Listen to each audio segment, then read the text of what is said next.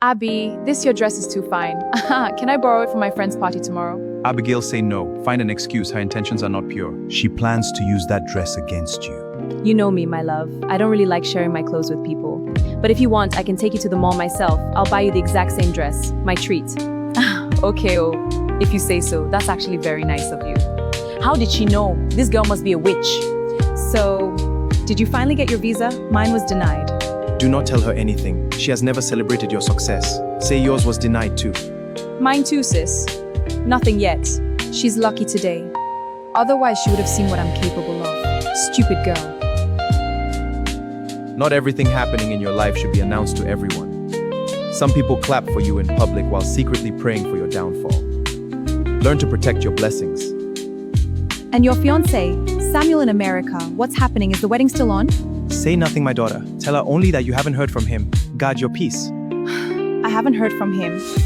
Honestly, sis, I don't even know anymore. It's been over a month since he called me. Oh my God, Abby, I'm so sorry. But honestly, I warned you about that man. He's not for you. Good. Nothing is working in my own life, so why should hers be perfect? At least now her life is finally becoming messy too. Not everyone sitting at your table is your friend. Some people study your life only to compete with it. Discernment is protection. Sometimes the people clapping for you are secretly praying for your downfall. Protect your peace. Protect your blessings. Not every friend deserves access to your life. Abby, answer na. No. Why is he calling now? Hello, Samuel? Abby, I've been trying to reach you for weeks. Somebody hacked my WhatsApp and email. I can't let him ruin this. Sonia, what did you do? What are you talking about? Jealousy can make people destroy what they secretly wish they had. She celebrated your pain because she could not stand your happiness. Abby, are you there? Baby, talk to me. How could you do this to me, Sonia? I trusted you. I defended you when people talked about you. I called you my sister. All this time you were competing with me instead of loving me. You smiled in my face while secretly destroying my happiness. I would have given you anything if you had just been honest about your pain. Abby, please listen. No, real friends don't pray for each other's downfall. You didn't lose me today because of jealousy. You lost me because of betrayal. Walk away, my daughter. Some battles are won by leaving. I destroyed the only genuine friend I ever had. See, sometimes betrayal doesn't come from strangers. It comes from the people closest to you. My own mother compared me to her. Everybody compared me to her. Do you know what that feels like? Sonia didn't hate Abigail overnight. The jealousy started years ago. Here, try this. So good. They started with nothing. Two girls against the world. Right, here, have some more. Thanks. Oh, I love your sweater. This place is always so lively. Excuse me, your dress is stunning. Oh, thank you. That's so kind. You look incredible today, Abigail. Thank you, that's so sweet. Abigail, you're so kind to everyone. Excuse me, you look absolutely stunning. Oh, thank you so much. I'm serious. You should model. She's always getting this attention. Why is life always easier for her? Why does everyone love Abigail? What about me? Look at your friend Abigail. She's responsible, beautiful, successful. Why can't you be like her? Because I'm not her mama. I'm tired of you comparing her to me. That day, something inside Sonia changed forever.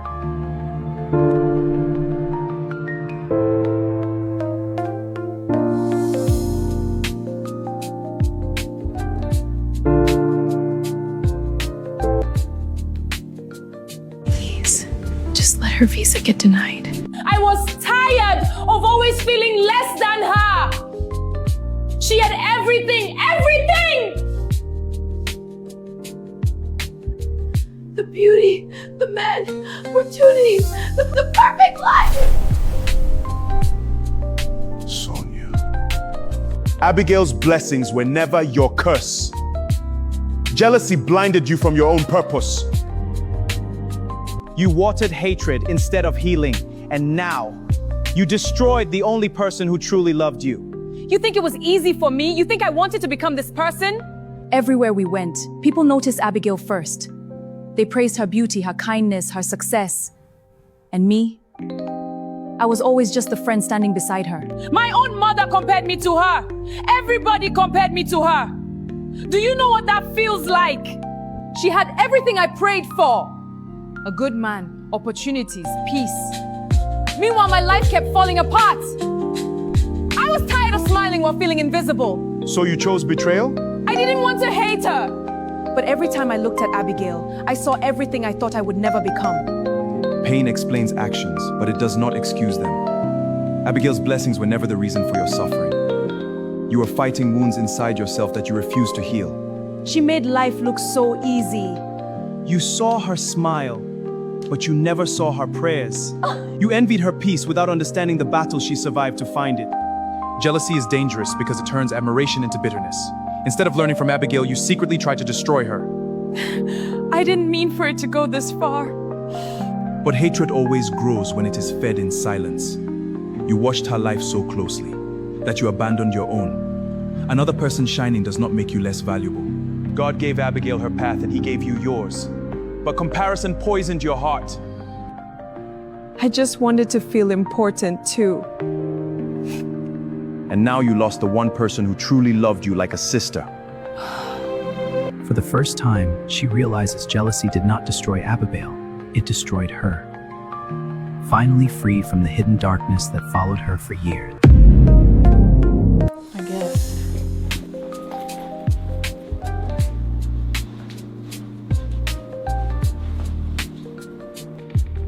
I'm not doing that. I'm not doing that. Hey girl, is you okay? Why are you standing like that? Are you? Yeah, I'm fine. Everything is wrong. Are you sure? Okay. Yes. I'm about to. I don't know what I'm about to do. Let's just go get some snacks. Come on. That's a good idea because I am kind of hungry. Avi, you have so many good snacks. She do got a lot of snacks. you I'm looking at those drinks over there. Yeah, I'm gonna grab one of those. Let's see the variety. Shut the door. Ooh. What are y'all thinking? Oh, sorry guys. That's kind of cool though. The Pringles looking good. Yeah, I got Pringles. I have Cheez-Its, Funyuns, pretzels. I'm thinking Slim Jim. Yeah, me too. Oh, QJ. I know that was QJ. Such a disappointment. Do you mind? Yeah, you can have some. What about Oreos? Oh, Cadence, look, it's just delicious, your favorite. I do want some of them. Yeah. Here you go. Well, do you mind if I take the box? Are you serious? What? You know what type of snacks I like and you giving it to her. You know what? I don't even care. I'm gonna go talk. Bye. I'll read. Well, I guess not. Yeah, it's fine. I'm just gonna drink my drink. I don't even want this anymore. I mean, she was just fine, but before you got here, ever since you got here, it's been kind of, I don't know, like, that's You know what? I really think I know why. Why? I don't want to say it because... No, tell me. She's a little jealous. Jealous of what though? We're all Because friends. it's always you and Avi, so, you know, like, maybe she probably feels some type of way. Okay, but we're the big three. She doesn't like it. So... Like what? But I mean, I do still want some snacks, so... Well, I know I feel bad, like... But, I mean, we didn't do anything though. Okay, give me Pringle. Just give me Pringle. Yeah. Camila, dude, craziest thing. I was looking at your Instagram story yesterday, and I saw that you and Cindy had gone to get brunch together, and I was like, sorry, I'm not gonna cry. And I was like, well, why wasn't I invited? No, yeah, but you could have waited until like I got off work or something.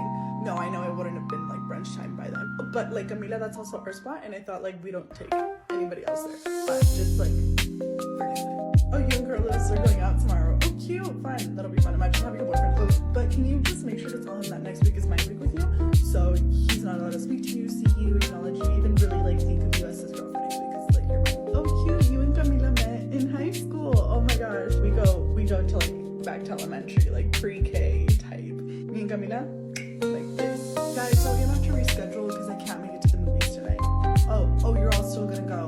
Oh, well, Camila isn't because if I don't go, Camila doesn't go. And if Camila doesn't go, I don't go. Oh, you're still going. Cool. No, Camila, you can't go for dishes and at my house or something. Camila, you can't go. So I was thinking, right? When I have a baby girl, I'm gonna name her Camila. Oh, And like obviously when I get married, you're gonna be the maid of honor and all this. Oh, your sister's gonna be yours.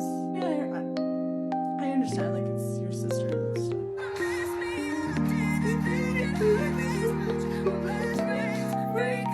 Counselor called my mom. She laughed on the other end. Nora's upstairs. She just texted me. I checked my phone. Every password had been changed overnight. Snapchat, Instagram, email. She'd locked me out of my digital life overnight. I pounded the steering wheel until my palms stung. I made a new Instagram and posted a video holding up my license next to my face. My name is Nora Whitfield. The girl pretending to be me is Leah. 40 minutes later, the account was gone. Reported for impersonation by 12 people because Leah texted the friend group and told them to report it. I drove to my house and pounded on the door, and my mom opened it and there was zero recognition in her eyes. Leah, you can't just show up. I grabbed her hands. Mom, I'm your daughter. She pulled away. Nora is upstairs. I shoved past her and threw my bedroom door open. Leah was on my bed in my pajamas with my penguin in her lap, and the marigold was still on the mirror because she didn't know what it meant. My passwords, my allergies, the scar on my knee, which side the penguin slept on. But she didn't know about the marigold, and she didn't know why. I found my friend group at lunch. Leah was in my seat telling a story that happened to me. I grabbed her shoulder and spun her around. Tell them who you are. She looked up with wide hurt eyes. Leah, please stop. This is getting scary. She started crying quiet, perfect tears, the kind I never cry. My friends circled her and Jess pointed at me. You need to leave. I was 3 feet from my own lunch table being exiled by my own best friend, and the humiliation burned so hot my vision tunneled. I drove to Dylan's and he shut the door because Leah told him I'd come. I kicked his porch railing so hard the wood cracked and screamed his name, and he didn't come back. I drove to my job at the yogurt shop. The manager blocked me at the door. Nora called and said you might come by acting confused. I drove to Leah's mom. Your daughter has been living in my house pretending to be me for a week. She blinked. So, she's been gone and you haven't called once. Leah does what Leah does. She shut the door. The desperation was choking me. I locked myself in the school bathroom and scrolled through my contacts. Mom thought I was Leah. Friends thought I was Leah. Dylan, my teachers, my boss, my coach. I didn't have a single person left who knew who I was. Every door I tried, Leah had gotten there first, or nobody cared enough to open it. She was wearing my necklace and my jacket like they'd always been hers. She was demolishing my life from the inside. She told Jess I was jealous and to block my number. She told Dylan she needed a break. She emailed my volleyball coach and quit the team. She changed my college admissions essay. She RSVP'd to my aunt's birthday as Nora. I went to the principal. He called both parents. My mom came and hugged Leah. Leah's mom didn't answer. The principal looked between us and said, without clear evidence, I can't make a determination. I flipped his paperweight off the desk and he told me to leave. Then Leah went to the mall with my ID and walked out of a jewelry store without paying. Security grabbed her. They wrote down my name, Nora Whitfield. I found out when a cop pulled me over for a broken taillight on Leah's car and ran my name and came back with his hand on his belt. Step out of the vehicle. There's a warrant for retail theft. I pressed my hands flat on the roof and he cuffed me and Yeah, you know how they say it be your own man?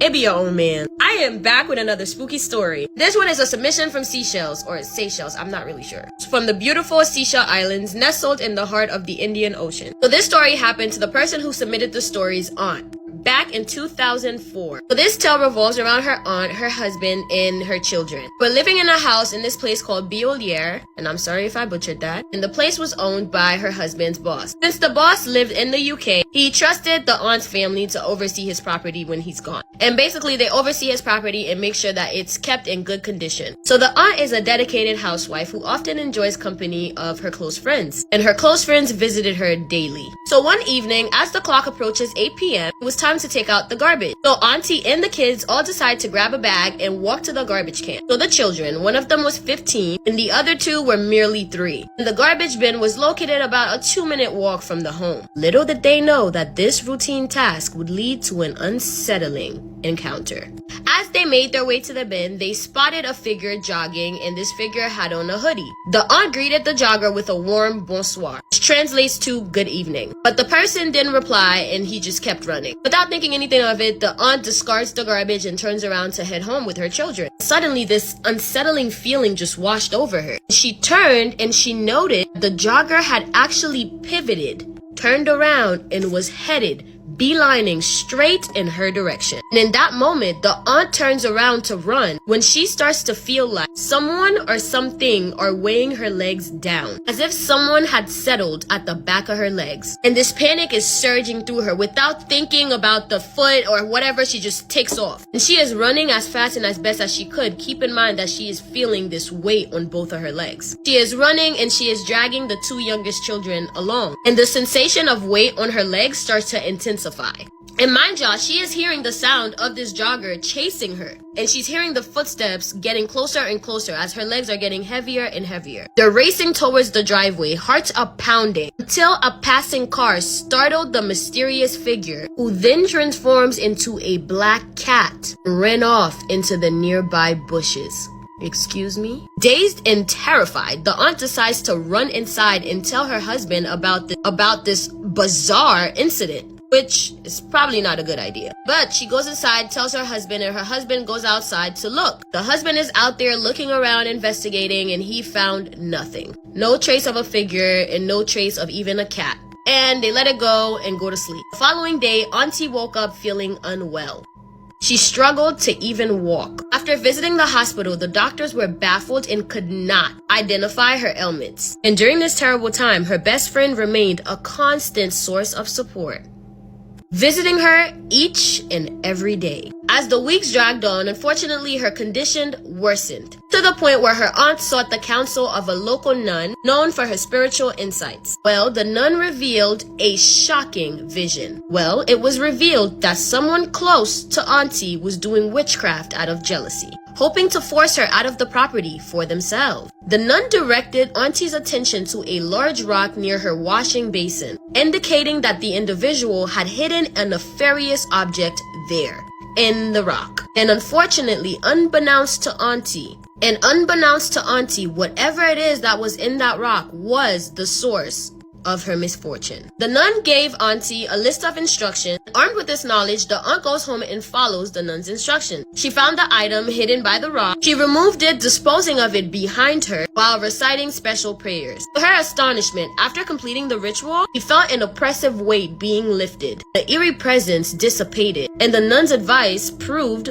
fruitful as her aunt's health gradually returned. And interestingly, after her recovery, the person who was suspected of enacting the witchcraft, her best friend, Auntie cut contacts with her and just kept her away. This experience taught the aunt that the spiritual realm could affect one's reality.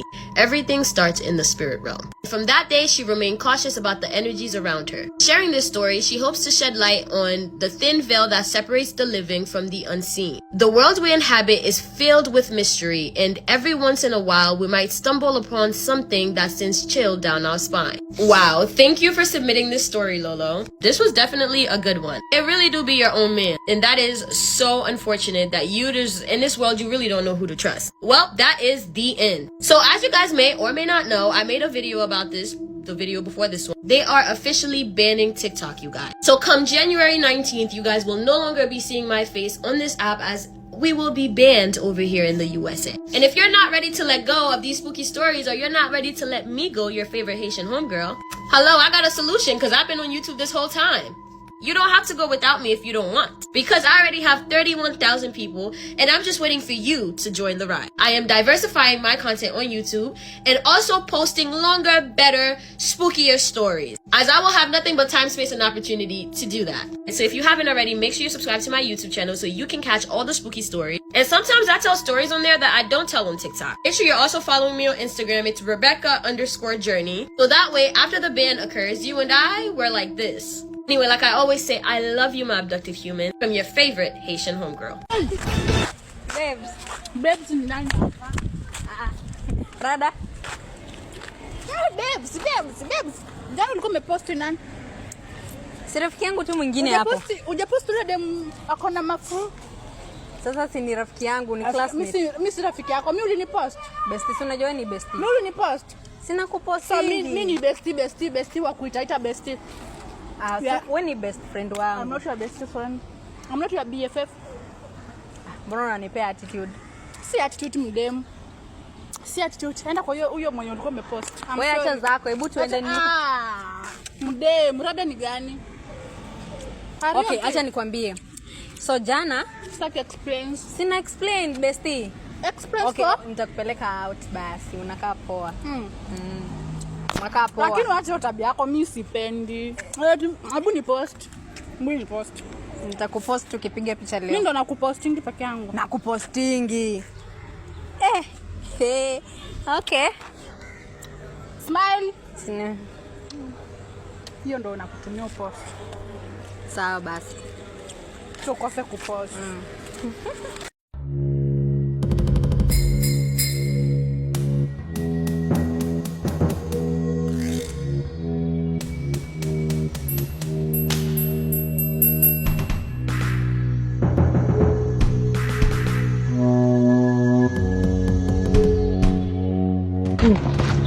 After let's go. Jane, let's go fast.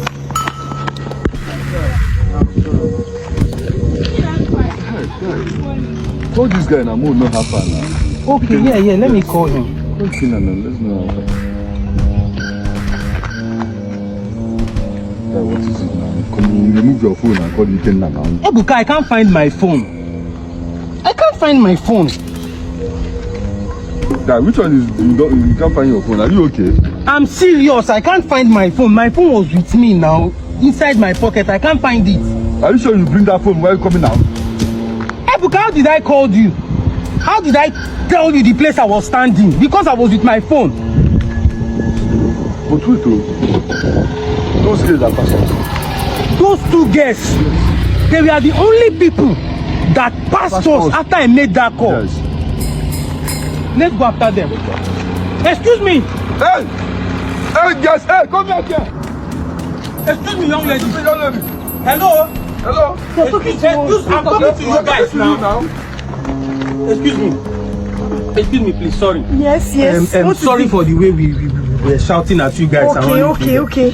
Please, the moment I passed you guys, I realized I can't find my phone again. And you guys were the only persons I passed, and my phone was with me.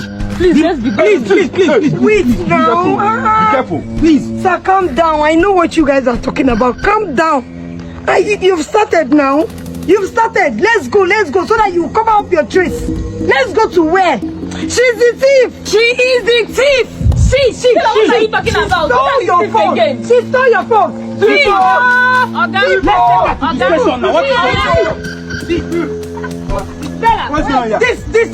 This lady, let's take her to the station. She's a thief. Yes. She's a thief.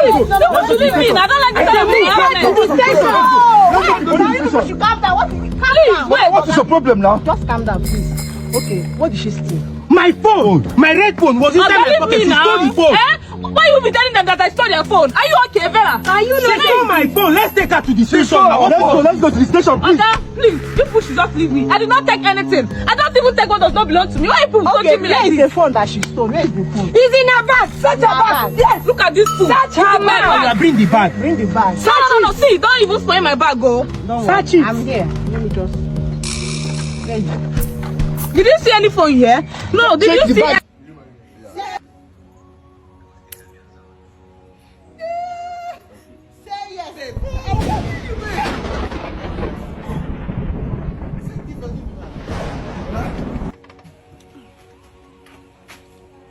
Babe, are you okay? What's going on with you now? I'm fine. Baby, will you marry me? You know what you're doing at all? Babe, bring your hand now. Will you marry me? Do you want to marry me? I want you to be the mother of my kids. So you're proposing to my girlfriend right now. Who's your girlfriend? I don't know her. Please just bring your phone, please. Emma, are you okay? You know what you're doing? Babe, wait. Women said to insult me. What are you to be? Get out from here. Get out from here. Baby, why are you? Just marry me. This embarrassing. Will you marry me? Babe, You know what you're about Allow to me do. to This put is your your girlfriend ring now. now. Over 4 years now, you have been dating. What are you trying to do? See, if I stand up this place, He you're said going he wants to money. you're going to regret this. honey, you look at me. Marry me. Let's look at me. Honey, What kind of a friend are you? You say you want to. Is he not your best friend? Are you stupid? Are you mad? Are you stupid? Get out from here. It's yours. What kind of a friend are you? Is he not your best friend? babe. And he now proposed. Honey, he said he Look wants at to you. propose. Are you mad? Get out from here, please. I don't know you. Nena, please don't say yes. Nena, Uche, don't touch me again, no. Don't ever try it. Just don't listen to this people. Just give me your hand there. Let me just. Nena, you say yes to my man. Yes. I've been dating this man and you know it. You marry me. Yes.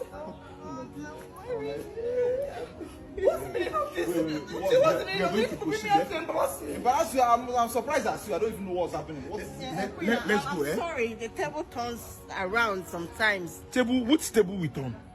Did I know her? I don't know her from Adams. You hear it? Yeah, Emma, I just want are you to sure be you my are wife. okay? Are you? He made his choice now. So I picked my woman and you are here blabbing. Are you stupid? Are you the one marrying the person? I didn't know here when he knelt down was trying to put the ring on my... on him. You say the truth now, eh? Cheating on who?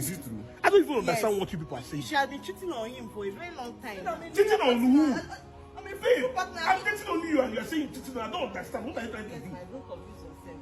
Please, let's go, please, eh? Let's go, let's leave.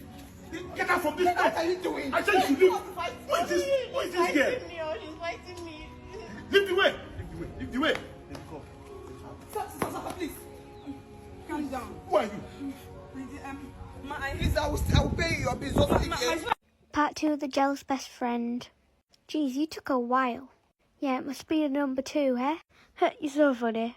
Guys, just cut it out. Actually, it's really annoying. Okay, our bad, sorry. Anyways, can I just have a little moment over here? I feel a bit sick, I might need some fresh air. Okay, yeah, go for it. Whoa. Gucci robes. These are some of the biggest brands. Oh my god, wait. How does she have so many maskets? These are literally so trendy. Oh my god. Sincerely yours. This girl, I bet I really need to copy her like right now. I'm just gonna put on some of this. Oh my god, am I seeing things? My skin is so glowy, I love it. She even has one of these bags. Literally the school PE brand. Them are so expensive. She even have the crop top version, is more expensive than the bag. Jeez, she must be rich. This swimsuit is so hard to find. How does she have it? And she probably don't even know. Oh my god, I look fabulous in it. Oh my god, a love letter. She has a Valentine, a boyfriend. Oh my god. Anyways, time to fix it. Guys, I don't feel the best. Oh my god, you don't look the best. You look pale. Can I have a minute in the bathroom, please? I might throw up in the toilet. Of course, go, I don't need to be sick. Anyways, I just put a bit of pillows down so they can sit on them. I feel like there's something off with her. She's acting sick, like, she never gets sick. When I went to her house and she used to have a balcony, she never got sick. I know, she's probably faking something. Oh my god, this headband is so hard to find. I might look around at her siblings' rooms. Come back for part 3. I don't even know how your parents tolerate you. You're so childish and annoying. I can't be around you anymore. But we're best friends. And now we're not. So please don't talk to me again. Clara left, and I felt completely broken. Did she always think of me like that? I tried to talk to Clara between breaks, but she ignored me, and she did so for the rest of the week. I had no other friends, so I just spent my time in the school library reading some Sherlock Holmes. At least the books were loyal. But one day, I was walking to my next class and saw a notebook by the lockers. I opened it out of curiosity, and what I saw blew my mind. The notebook was full of pictures of Clara. Clara going to class, Clara in the gym, Clara walking to her house. What kind of creep would do so?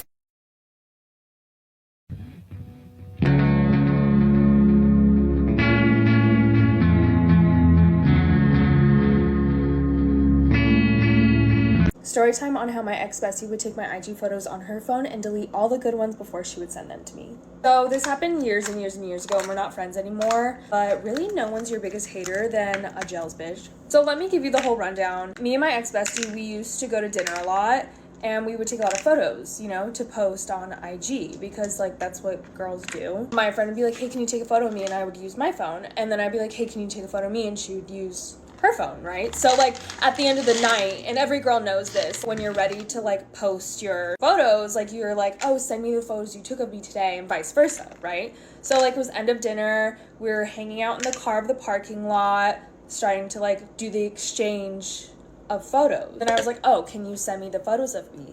And she's like, oh yeah, I'll send them to you. And she like kept like lagging, which I was like, why are you lagging? Like just airdrop me my photos. We're sitting in like a parked car in a parking lot, like somewhere in LA. And she kind of has like her back cornered in between like the driver's seat and like the driver door, like to be kind of like comfy cozy and like leaning like this, right? But she didn't know I can see the reflection of her phone in the driver like window. I can see what she's doing on her phone in the reflection. And like I keep asking her like, hey, can you send me my pics? I want to post something. And she's still like lagging, like, oh yeah, let me get them. In the reflection, I notice she's scrolling through my photos and like picking photos and then deleting some.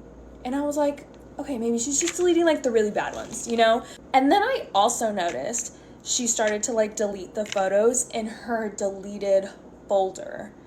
And like, I mean, you can see the reflection clear as day. And I'm like, this is weird. Like, why is she taking so long? Why is she deleting photos of me? I remember telling her like, okay, you don't have to edit which photos is like which. Like, I'll even take the bad ones. I don't care. And she's like, oh no, I'm not doing that. Let me send them to you. And I was like, that's weird. Then like, what were you doing if you weren't taking out the bad photos? So I look and every freaking photo of me is bad. Every freaking photo of me is bad. And like, I don't need to be conceited. Like, I take bad photos, but like, I also take really good freaking photos, okay? Like, but not one of them was good. Every single one was like me mid-blink. Like, you know how when you blink and you're like this in a photo, or you're like, your mouth is open in a weird way, or like your hands are doing something weird? Every single one of those photos was that. I started to catch on because she did it to me again. It's like, this bitch is a jealous bitch. That wasn't even the reason why I ended the friendship. And I wish that was. I wish it stopped there. Unfortunately, like, their insecurity got the best of them in like so many other ways in our friendship. I wish I had more like guts to like address things in the moment, because I didn't, and I wish I did. But like, being a little like younger and naive, like, you don't really address those things in the moment. I think the older I get, I'm more like likely to do that. But when I tell you, no one hates you more than someone who's pretending to be your friend.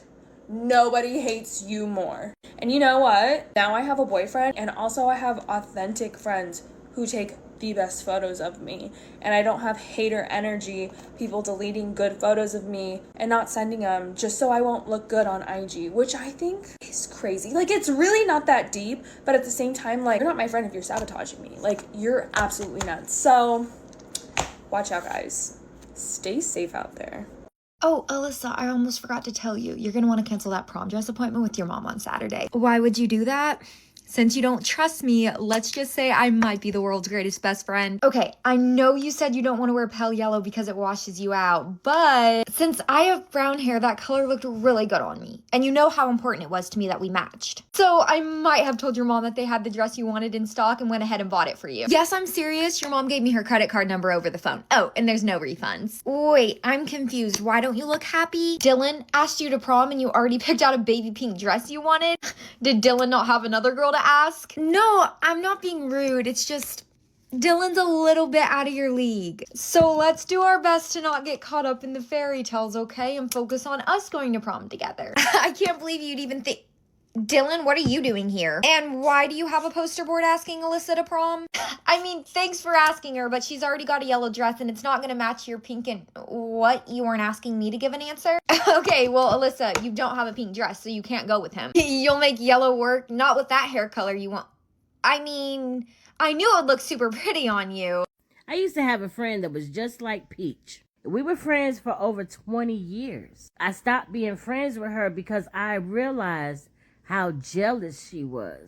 Jealousy is not a good thing. And the way that Peach is in competition with everybody, but nobody is in competition with her, yeah, that's not a good thing. So my friend, we're going to call her Ann, she was my best friend, but she had another friend, and her friend's name, we're going to call her Patricia. Her and Patricia were friends, but she would come to me and talk to me about Patricia. And so it was like I was able to see things from both sides. I saw them from her end of how she felt about Patricia, but then I saw how she was acting towards Patricia. And it was all so weird. She would tell me all the time that she was jealous of Patricia, but I thought she was just talking. I didn't realize exactly how jealous she was. When Patricia got married to her husband, a few months later, guess who got married? Anne and her husband. Patricia and her husband, they got a house built from the ground up in a brand new neighborhood. Guess who else got their house built in the brand new neighborhood right around the corner from them? Anne. Every time Patricia would get pregnant, Anne would turn around and get pregnant. And she told me that she did it for the attention. Like, there was times that Anne would come to me crying because Patricia was pregnant, and she wanted to be pregnant so bad because she felt like Patricia was just getting too much attention. And she was like, oh no, she can't have all the attention. She would literally tell me this stuff. And then next thing I know, Anne turns up pregnant. She ended up having 5 kids, keeping up with this damn Patricia lady. Patricia and her husband, they got a brand new Dodge Durango. Y'all remember when those were the thing back in the day? Guess who turns around and gets them a Dodge Durango? Anne and her husband. There was even a time when Patricia's husband, he needed some extra work to do on the side, right? So my best friend Anne, her husband, he had a good job. He had he could have got him on where he was at. Do you know, that girl came and told me, she said, she was like, I'm not going to give her the information for my husband's job. And she was like, she said something like, my husband is too good to work with her husband. Like, what? She would even get mad, like how Peach gets. And you know how Peach always just goes off on everybody in her family? She would do the same thing, Anne would. She would be on the phone cussing her mama out, cussing her daddy out. Like, it was crazy. Her and her husband, they would be going at it all the time, putting hands on each other. He'd be choking her with the phone cord. Like, it was just always so much going on around her. It was like, if her life wasn't dramatic or if it wasn't anything crazy going on, then she didn't want to be around. She'd be somewhere asleep, bored. Like, she thrives in chaos. But now that I think about it, out of all the copying that she did of her friend, Anne and her husband, they ended up losing the house. They it got foreclosed on. The Dodge Durango that she got, that ended up getting repoed somewhere along the line. Her marriage ended. She ended up getting a divorce. And her husband, like I said, they have 5 kids together. And in front of everybody, her husband was just this pillar of the community, stand-up guy. This man was talking to the neighbors, young children, like daughters. This man had all kind of allegations against him when everything came out, He left her and them 5 kids. He wouldn't pay child support. He didn't even claim them kids, y'all. He was literally walking around talking about them ain't my babies. Like, nigga, we was married the whole time. Yeah, he denied those kids. And to this day, he don't take care of them. He stopped, like, he was just like how Wood was. He was always there taking care of the kids, while my friend Ann, she's always gone in the street, doing whatever. She pretty much just left the kids home to either raise themselves or for him to raise them. And it was like the older kids took care of the younger kids, so I watched that go down too. And when I say, when they got their divorce, that shit was messy. It was very, very messy. But it's like everything that she sought after and went after, because she was so jealous of her friend, she lost it. She ended up with nothing. I was jumped by 2 girls who I thought were my friends or I was trying to become friends with. And that's the reason why I think this conversation about jealousy and friendship needs to be advanced forward, because it absolutely is a safety issue. And no one talks about what happens to both sides of the coin after jealousy has been the spirit of jealousy has been overtaken in an interpersonal relationship, period. So story time, shortly before my 16th birthday, I'm on the bus, and that day we had to reverse the route of the bus because of road work. So the bus driver decided to drop me off in front of my house. And as I am getting off the bus, I hear these two girls say, "That's not even her house." And one of my friends said, "Yes, it is her house. I go there all the time." And as I'm getting off the bus, I hear these girls say, "Oh, so she's a rich bitch." Okay, well, for starters, I did not grow up rich, but rich is relative, and I respect why they felt that way. Okay. So the next morning I wake up and I tell my mother I can't go to school. Keep in mind, there was no follow-up conversation after what I heard. I had a dream that night, which is another story, and y'all can take that as you will, that I was going to die that day and I couldn't go to school. And I told my mother that, and my mother thought I was crazy. And she's like, "You're going to school." I missed the bus intentionally. And then I get dropped off by my mom like a minute before the bell rings, right? So I am running to my first period class. These girls are in front of my first period class and said something to me. I turned around, and the next thing I knew, my bangs were in this girl's grip, and she hit my head up against the brick wall, and I slid down the wall. And then they proceeded to stomp me out in my chest, go for my face, pull out my hair, and it went on for quite a long time. It took 8 teachers for them to get them off of me. And the reason why they were expelled wasn't because they jumped me, it was because they also had taken out quite a few teachers. Like, these girls were 1,000,000% ready to take me out. And when I say that I saw everything because I was hovering above my body, the teacher who pulled me into the teacher's lounge to finally get them off of me, Mr. Graham, my social studies teacher, the year before, and he said, "There's no possible way that you know all of this. You were in the fetal position with your hands over your face," but I literally saw it because I was levitating above my body.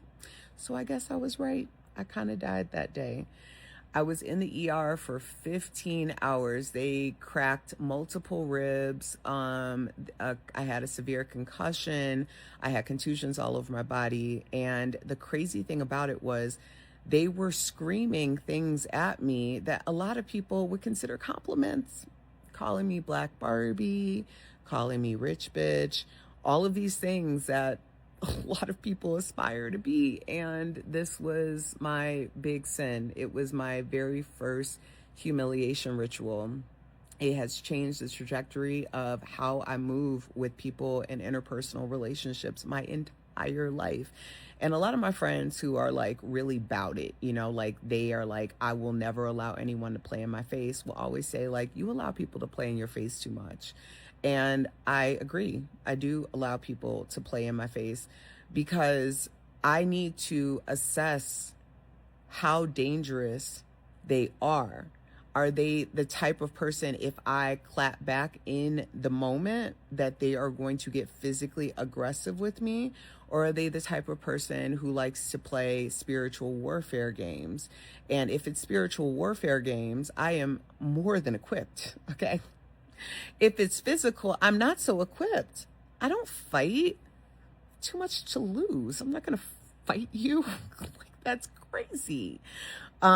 But I mean, all jokes aside, and it's not a joking matter, like, as I'm watching my nieces grow up, I'm really getting them equipped for both sides of the equation. Because not to say that, you know, yes, jealousy can absolutely be a normal human emotion, but it's what you do and how you transmute jealousy, or how you make that a motivating factor in your life versus trying to take someone out in order to reconcile something in your heart and your soul. So I can speak to a lot of different dimensions of how this can play out, because it not only changed the trajectory of my life, but it also ruined a lot for these girls, a lot of opportunity for them. And when I think about it, I also am like, I'm 45 years old. I think about things so differently. But at the end of the day, I do hope that they transmuted this experience into something positive for their lives, because it does not make me feel any better about life or the way that we have to move about the cabin in general as humans to wish them anything other than success and the ability to be better people moving forward, because it certainly gave me so many tools in my arsenal for the success that I've been able to achieve in my life. So I'm not going to say I'm grateful for being jumped, but I'm grateful for every experience in my life because it's made me better. Would you consider this a jealous friend? Let's wipe off this makeup that I've had on since 4 a.m. It's currently 9:50. 9:51. Let's wipe off this makeup as we discuss this friendship dilemma. Imagine going through the worst heartbreak ever. I was going through that, and I wasn't really talking to any of my friends about it. I felt very much embarrassed, and I didn't want to deal with it, so I was literally suffering in silence. There was one night I was invited by a couple friends to come and chill and just paint and sip and just chill. And I was like, you know what? Let me get out of this rut and let me just go. Let me go do something for myself and relax. I went, I sat there, we're painting, we're sipping, and you know what? We were just discussing life, and everyone is just in their feels. Some people are under the influence, but I was, whatever. And I was like, you know what? Let me just talk about it. Let me just talk about what I'm dealing with. I'm going to be wiping off my makeup today using the Peach and Lily Ginger Melt Oil. I'm just going to be wiping it off. I decided to talk to the girls and just let them know what was going on, how I was feeling. And of course, the generic, oh, girl, I'm so sorry. Dang, that's horrible. Men are get over it. Just move on. I'm like, I already know I'm going to move on, but whatever. I'm just spilling out my guts, trying to get over it. It sucks to remove makeup. That's so good. Anyway, so I spoke to them. Oh my. I spoke to them, talked about it, let it go, ignored it. Couple years went by, many years went by. I'm finding out from said friend that I spoke to about this heartbreak and cried in front of that she was dating the man that broke my heart. I'm also using the clean skin pad just to also wipe off, but look at how much makeup that took off on this side versus this side. Anyway, yeah, I found out a couple of years later, we kind of reconnected. We've been cool over the years. We've been hanging around each other, going out together over the years, but nothing ever came up while they were dating. And she kind of brought this up in front of everybody else. We were at brunch with a couple other girls, and she kind of brought it up. And me and my one other friend were like, huh? What? Anyway, I went home processing, and I was just like, what? Do I get upset? And I'm praying, and I'm like, God, like, what? How do I deal with this? Like, I'm cool with this girl. She's telling me all these things. And mind you, when she was telling me this, they'd already broken up. They were broken up for like, what, a year or two now at that point. And she's telling me this, and she's like, yeah, also, girl, he was saying all this stuff about you. He was talking trash about you. He used to always tell me things about you and say you were obsessed with him. And I'm like, are you kidding me? Anyway, because of that, I in turn just was like, let me take this man off my orbit, ignore it.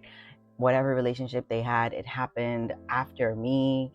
It's cool. They're broken up now. What am I going to look like fighting about this or getting upset about this or cutting people off about this? Let me just ignore it, but put everybody at arm's length. I was still cool with the girl. We were hanging out more and more. And at one point she came to me and she goes, well, I think we're going to be getting back together. Not I think. She's like, we're going to be getting back together. We're talking about it. We're, starting to date again. I want you guys to squash this beef and be cool. And I'm like, no, we're good. I don't need, y'all could date. Do whatever you want. You've already done it. You've already dated without me knowing. You could go ahead. That's not my business. You don't need me to be cool with him. Anyway, another year goes by. She's been trying to tell me to be cool with this man. And I was just like, no, we're not going to do it. But then she offered, can I mediate the conversation? And then we can all just discuss it. And I was like, no, we're good. Left it alone. Anyway, one of my other friends who was also cool with this man came to me and was just like, basically, girl, everything she's saying is not true. Whatever that girl was saying is not true. I'm using the Clinique Take the Day Off Micellar Cleansing Wipes. Yeah, that's also one of my faves to take off my makeup if I don't feel like washing my face. Anyway, so he's basically like this new friend now is now telling me, yeah, girl, everything that girl was saying is not true. You should talk to the other guy. The guy that broke my heart. She's like, you should talk to him, figure it out. Like, there's no need for all this animosity. And I was like, okay, fine, I'll talk to him. I ended up talking to the guy. We spoke about it. I brought up stuff. And the common denominator ended up being that we don't know what this girl is saying. And when I was speaking to him, he was basically confused, like, why are you being cold to me? Why are you being weird? And I just explained, I was like, I was finding out that you were saying certain things about me. And he basically was like, that's not true. And everything he was saying was corroborating what the other friend was saying. And I was just like, you know what? Whatever, bro. He said, she said, whatever. Anyway, I just left it alone. We're cool, whatever. Me and the guy were cool. There's now a situation where I guess the girl, is now feeling like, oh, he's ignoring me, he's ghosting me, I'm upset, I'm angry. And I'm like, oh, okay. That's interesting. In my mind, I'm like, are you ghosting her because of our conversation? Not my business. I don't care. But there was one situation where we were all in the same place and she was very vividly angry that he was there. And I was like, oh man, this sucks. So I went up to him and I was like, hey, maybe you should talk to her. Me saying that got her riled up. Come back for part 2. All this talk around jealousy and friendships really is making me think about one of my favorite book turned movies, The Count of Monte Cristo. And if you ain't never heard of it, let me break it down for you. So the story is essentially following two best friends. We have Mondego, who is the son of a nobleman and is really well off, and his childhood best friend, Edmond Dantes, who is the son of a butcher and is a part of the poor working class. These two men have come to age, and part of the requirements of coming to age is that you have to serve in the military. So they were essentially serving in the Navy as they were both working on a ship, and they were part of the crew who were essentially fighting in Napoleon's war at the time. One of the times on the ship where they stopped and was visiting an island, they found that there was a war general, one of Napoleon's war generals, was on the island and was actually essentially stuck on the island. And Dantes, the son of the butcher, is the one who found the man and helped the man, gave him some water and some food. And the man said to Dantes, hey, could you do me a favor and take this letter and give it to a nobleman back in France? If you do this for me, then maybe the nobleman will send a fleet and forces to come and help me and my troops who are stuck on this island. Dantes is like, of course, I'll do this for you. He takes the letter. He goes back and meets up with the crew and his best friend, Mondego. They get on the ship, and now he's telling his best friend, the nobleman's son, Mondego, about what happened while he was off the ship and on the island. And he says, I met this general. He asked me to do this favor for him. When I get back to France, I'm going to deliver this letter. And maybe with me delivering this letter, I'll be in the good graces of these noblemen. And this can open up a whole new world for me. I could finally be the son that my father needs and retires my father from the butcher shop. I can finally be the husband that I want to be. And I can marry my longtime girlfriend who's waiting back for me in France. Everything's looking up for me, Mondego. Can you believe this? His best friend, the nobleman's son, is like, I'm so happy for you, Edmund. Like, I'm so happy this is all working out for you. But what does the letter say? Do you know what the letter says? Edmund's like, well, no, I haven't read it. It's sealed, for one.